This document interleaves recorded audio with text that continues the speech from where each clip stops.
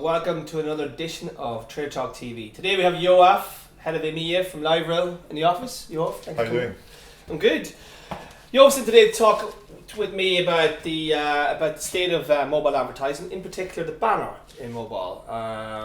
We've obviously tried to kind of take the desktop model and paste it onto mobile, but is it working? Has the banner got a future in mobile? But today we're going to talk about that. So Yoav, let's talk briefly about Facebook. Obviously they have taken a journey in mobile and thought very, very clearly about how they use native as a format for mobile advertising. So this obviously relates to the broader conversation about does the banner have a future in mobile. So let's talk about Facebook first and how they've done it, and then we can talk about how you at LiveRail and you guys are thinking about how moving away from this sort of predefined banner strategy. Sure.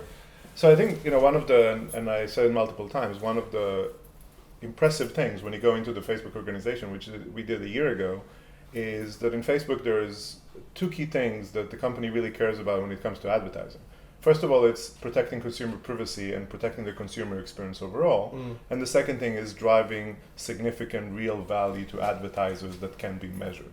So Facebook is very successful today in mobile advertising, but it's also very successful at keeping true to these two things. So if you look at our mobile advertising business, which in Q2 reached 74% of all ad revenue, which is 76. 76, sorry, 76. Yeah, up from 73 quarter before. So it's a really significant portion of the business, but it's doing it while protecting these two things.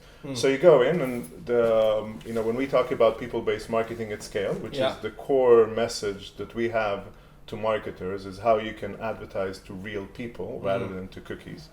Inside the Big Blue app, the Facebook app, in the mobile newsfeed, everything we run is native advertising, right? It's an ad experience that is really embedded and goes hand in hand with the consumer experience itself. Yeah. That's great. Then the question is, how do you take it beyond Facebook? And this is where we can talk about banners, and do banners really matter? Because in Facebook we don't have banners, right? Can we kill banners also out of Facebook? So are you trying to take what you've learned in the Facebook world about how you deliver ads or the marketing experience within the actual app itself, and sort of taking that process and putting it in the outside world? Because obviously there's been a huge debate around user experience. You've seen the rise of ad blockers, etc. And I think mobile is just going to exacerbate that. We've seen a lot of people complaining about banners in mobile apps on the mobile websites as well. So I'm just interested in how you can actually do this, because a lot of people seem to have taken the desktop experience and kind of pasted it into this small, space that has very little real estate to do this. Yeah. So I think what we took is really a two-phase approach. Phase one was the Facebook Audience Network.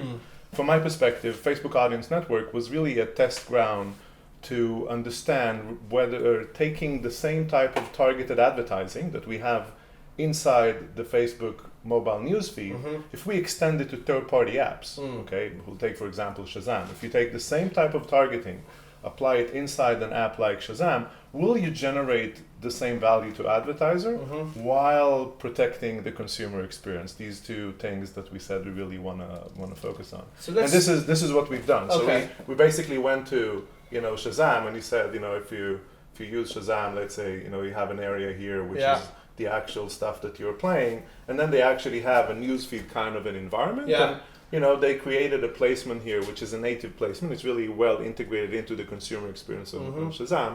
And what the Facebook Audience Network does, it's basically taking the same type of ads that will run in the Facebook app against a certain targeting criteria, right? So let's say people in the ad tech industry around Farringdon, for example, if this is what... There's a few right here. If there's just one person like this here, right? Wow. We'll take this targeting criteria and say, okay, if Kieran is actually using Shazam, and we have a Facebook advertiser that apply this kind of a targeting criteria, we'll take the exact same ad that would have appeared inside the Facebook app and we'll show it inside the Shazam app. And this is a great testing ground to understand whether you as a Kieran will respond will generate the same value to advertiser when you're in the Shazam app as much as you would have in the Facebook app. So let's just talk about the formats then. Are you using a specific format for these different apps? Like, so when you go to Shazam, say we want to work with you to help you build these formats so that it looks and feels like Shazam as opposed to a Facebook or anybody else's app. I mean, how do you work with these publishers? And if that's the case, how do you scale that opportunity? Sure. So we support 3 formats. We support any kind of banner. We support native, which I mentioned, and we support actually in interstitial as well. And because of the very modular way by which creative assets are uploaded to Facebook, we can actually take these assets and translate advertising that is 100% native on Facebook to be non-necessarily native on third-party apps. So in terms of scale and capabilities, we have this capability. The next thing is to talk about performance, and again, the value consumer, value to advertiser. What will generate the most value? What will be able to provide our advertiser with return on their investment that will be similar to what they receive on the Facebook app? And what we are clearly seeing is that banners, unfortunately, are not providing the same value per dollar of ad spend as they provide inside the Facebook app. And also, if you compare inside a third-party app, we just see that other formats, predominantly native, are just more valuable. Which is not that surprising because of everything you mentioned. It's very banners being very disruptive, not really well integrated in the experience for the user. And in terms of sort of how you use the data outside of Facebook, I mean, how is that process possible? Right. So the good thing about the Facebook Audience Network, that was not even a question. We actually didn't have to share the data with anybody. We could just create an ad business that keeps the data within the Facebook world. And this was also good for phase 1 because I mentioned we wanted to do it in 2 phases. Phase 1 was just about checking the premise that will it perform? If you run native advertising on third-party apps, will it perform as well as Facebook? Good news is the answer is yes, it does. Great. Phase 2 is how do you take and empower people like Shazam and other third-party apps, media companies, publishers, broadcasters to actually include this type of advertising that has the same consumer experience, very targeted advertising, really well embedded, that can actually generate some scale. How do you do that? And by that, making sure we have really a healthy ecosystem. So we are now in the midst of this phase 2 of trying to provide them data that they can use to actually power their own ad business. Okay. And in terms, is it mostly sort of, are we talking mostly sort of direct response here, or is it sort of like, I mean, is that where, it's interesting because you got the brand versus DR debate. So is there most of the money you're seeing, is it sort of DR based, click to install or something like that? Not necessarily. So we definitely don't, if you look at the Facebook Audience Network and if you look at our phase 2 or where we want to target our efforts moving forward, especially considering a lot of the LiveRail heritage is in video, which was much more of a brand game than DR game. It's definitely not limited to DR. I think one of the challenges we have with mobile, because we have a limited real estate, is what will prevail. We probably want something measurable, because if we don't have something measurable, as we have a smaller and smaller amount of real estate, we will likely see brand advertisers potentially even being pushed out because there is such little amount of real estate. DR can be really measurable. If we provide DR with the right consumer experience, with the right data, advertisers are likely to be willing to pay high CPMs and really set a lot of value to every ad.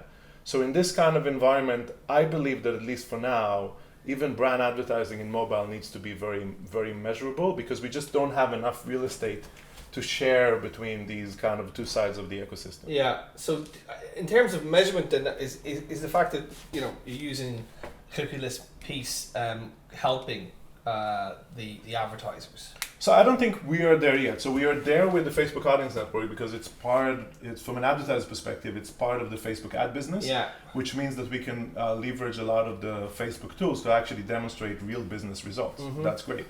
With our phase 2 of actually empowering publishers to do it on their own, then the question is, how can they demonstrate true results? Because we actually know that 94% of conversions happen in an offline world, right? Only 6% of conversions actually happen within the digital space. Yeah. So it means we need to have, if we want to demonstrate that the brand works, we need to go and provide actually offline measurement and tie it into digital ad spend.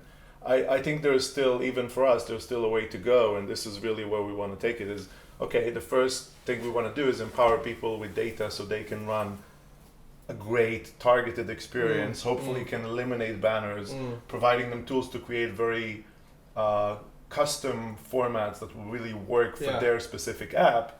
The next thing is, okay, you've done this. Now, how can we help you demonstrate that it's actually driving real business results? Yeah, I just come back to the video thing. It's quite interesting. I mean, obviously, publishers, particularly like established publishers, non-app developers, see video as an opportunity to make money from mobile, right? Because displays is not going to pay the bills because they just don't have they don't have the scale, and B, the CPMs are high enough to kind of pay the reporters and the infrastructure they require, etc., etc.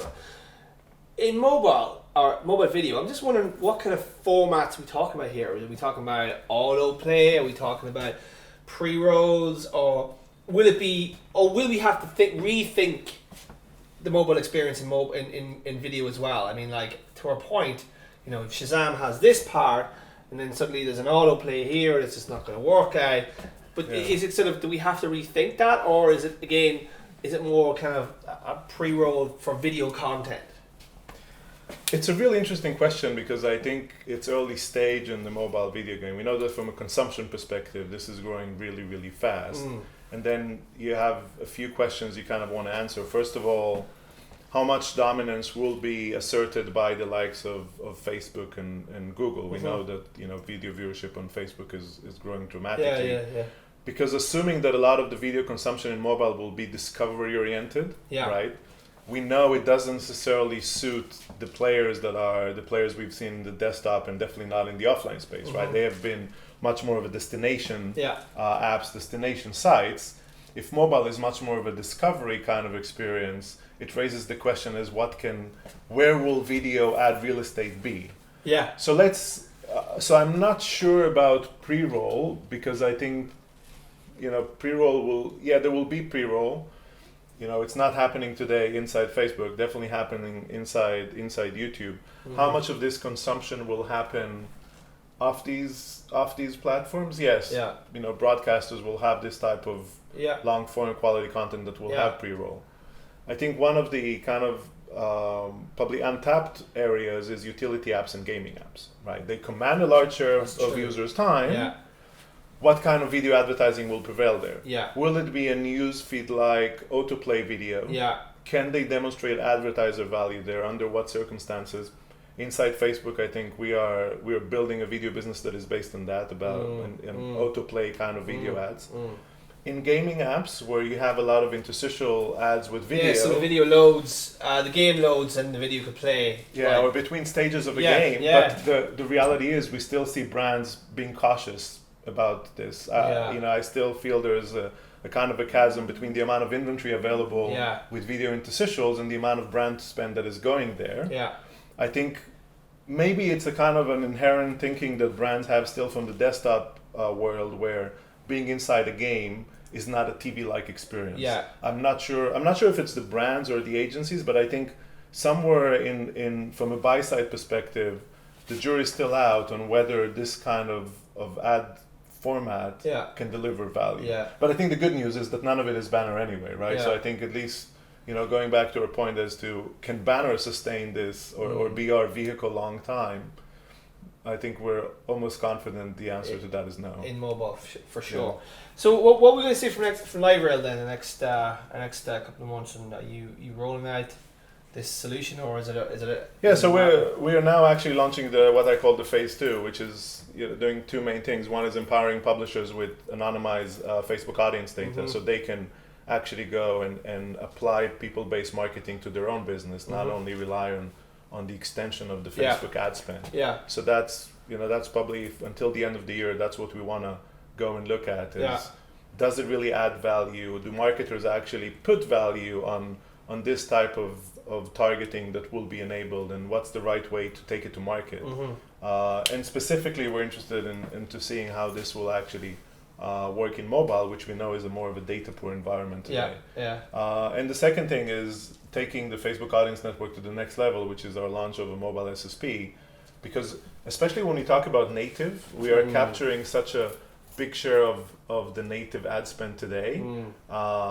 We want to see whether we can help these app developers, these publishers, actually take native to the next level and create more scale, which is beyond the Facebook Audience Network. So if you build an SSP for them to manage multiple demand sources effectively, because there's going to be more and more coming in. Exactly, and as an industry altogether, with the release of the new RTB standard earlier in the year that supported native built-in, I think we hear there's many more channels that are opening to to try and create a native standard, which is again, if we look about value to advertisers, the consumer experience, we're kind of convinced that this is the way forward. And it looks like there could be unique pockets of demand for these publishers, because this is not desktop. It's kind of like there are multiple demand sources, and it could have just be able to manage all that. Advantage of that. Yeah, and I do think we also need publishers to join the education game, right? Because if we talk about native, it's great. You can go and talk to the buy side, and I think the buy side is, at the end of the day, excited about the opportunities with native. Marketers understand how to drive the right message to the right user at the right time. That's what they've been doing all the time. But you want to have, I feel we want to have premium publishers in the market going and speaking the same language. We want to go and help them create these kind of native formats that have scale, so that they feel comfortable together with data that we empower them with to go and have this conversation. I think it will go a long way to get the buy side to really adopt it and think creatively about native and mobile, not just this kind of rectangular approach that they are almost forced to think like, right? Yeah, we have to think right outside the box, the banner box almost. Yoav, thanks very much. We look forward to seeing this, and obviously seeing more of your video stuff coming in the next couple of months, 6 to 12 months. So we'll be in the game to talk with that. So, Yoav, thanks very much, and cheers. See you next time. That's Trader Talk TV. Thank you.